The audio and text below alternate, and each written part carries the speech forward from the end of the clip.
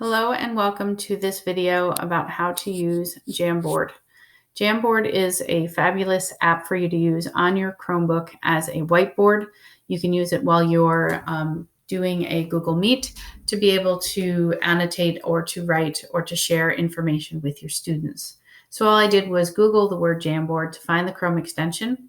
It will stay housed at the bottom of your screen as you swipe up with your fingers to grab the Jamboard app. When I go into the app, you can see that I am able to see jams that are already made. And then at the bottom right hand of my screen, I have a little plus button. I'm going to click on that plus. And what that's going to do is open up a new jam for me. Now I can rename this jam to be anything that I want by clicking the untitled jam, and I can call it anything that I feel like calling it. I click OK, and it's going to save it as that. In the center at the top of my screen, I can add on more slides. So you can have multiple slides within your jam. If I click on the three dots, I have a few options on there as well.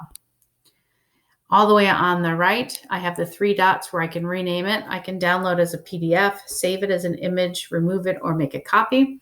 And then on the far right, I can choose to share this. This is something you can grab the link and share in Google Classroom with your students or email each other. As I go down to the next row, you'll see that there's a background button.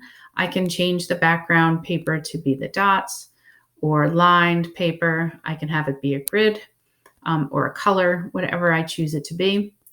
And if I decide if I drew something on it and I need to erase it, this is where I would clear the frame as well.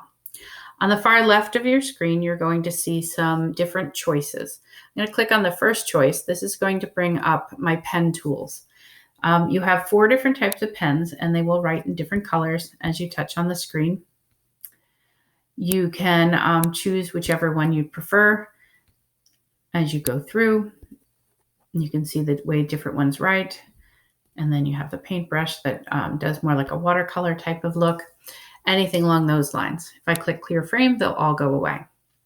As I go down, the next one down is your eraser. So if I have drawn something and I want to erase, I tap on that, and then you can see that it will erase the different things on my screen. Or I can just hit clear frame to erase it.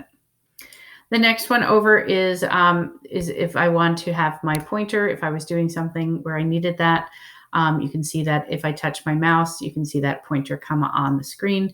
If I have things on here, it'll help me click and drag. The next one down is sticky notes. So you can add in different sticky notes. You can change the colors and click save, and the sticky notes will show up on the screen.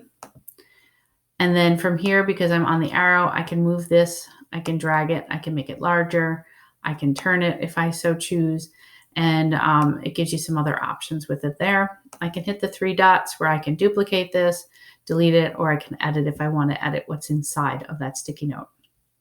As I continue down, I also have the add image.